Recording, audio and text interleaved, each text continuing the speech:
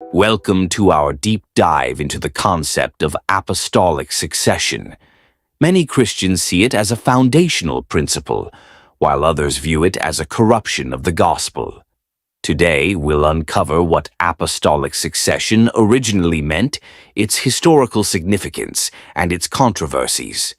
The concept of succession is rooted in Scripture. In 2 Timothy 2:2, Paul instructs, "Commit these to faithful men who will be able to teach others also." Titus 1:5 states, "Appoint elders in every city as I commanded you." The early church fathers reinforced the idea that apostles appointed successors to maintain order. Clement of Rome, writing around 96 AD, affirmed that church leaders were chosen to continue the apostles' work. Irenaeus, in 180 AD, emphasized that faith was preserved through the succession of bishops. Tertullian, writing in 197 AD, argued that churches could trace their leaders directly back to the apostles. But this leads to a critical question.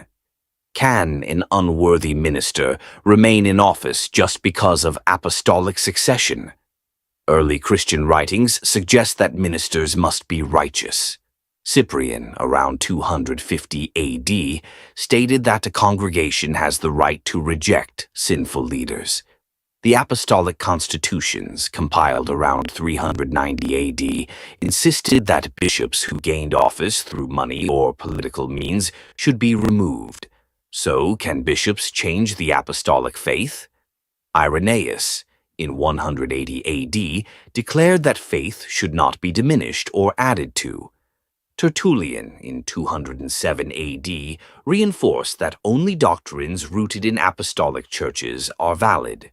The consistency of doctrine is key in determining legitimate apostolic succession.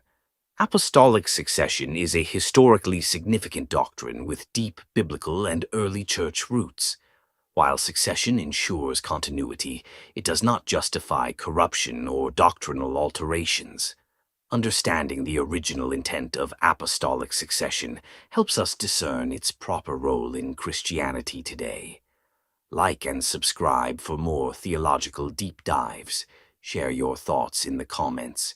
Do you believe apostolic succession is essential or problematic?